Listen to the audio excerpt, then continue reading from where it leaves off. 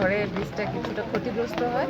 এই কারণে যখন অনেক লোক সমাগম হয়েছে তখন ব্রিজটা ছিঁড়ে গেছে বা ভেঙে গেছে। ভেঙে গিয়ে লোকজন পানিতে পড়ে যায়, বড়রা সাঁতার কেটে উপরে ওঠে, কিন্তু ছোট বাচ্চা যারা তারা উঠতে এটা আসলে নিছক একটা দুর্ঘটনা মাত্র। সেতুর কোনো অবকাঠামোগত সমস্যা ছিল কিনা এটা হয়তো পৌরসভা বা জেলা প্রশাসন খতিয়ে দেখবে। অত্যন্ত দুঃখের সাথে আমার আজকের এই ঈদটি কাটলো।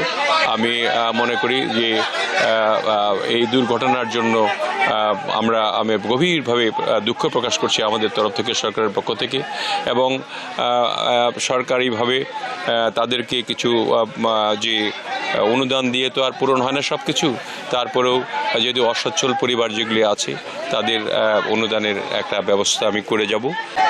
এই সেতুটি আসলে এখানে আমি নির্বাচিত হওয়ার পরেই আমি ঘোষণা দিয়েছিলাম যে এখানে একটি পার্মানেন্ট সেতু করা হবে, কারণ ওই পাশে অনেক লোকজন বসবাস করে। এই পাশে আসার জন্য আমাদের অপ্রতুল জায়গা, এই ছোট্ট একটি জায়গা দেওয়ানগঞ্জ বাজার, সেই বাজারের জায়গা হচ্ছে না, যা বাজারটাও শিফট করার জন্য আমরা চেষ্টা করব বলে ঘোষণা দিয়েছিলাম।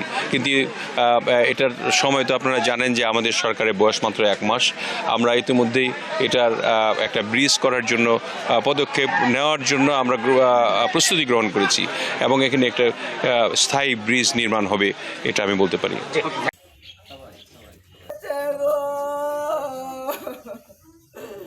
মারে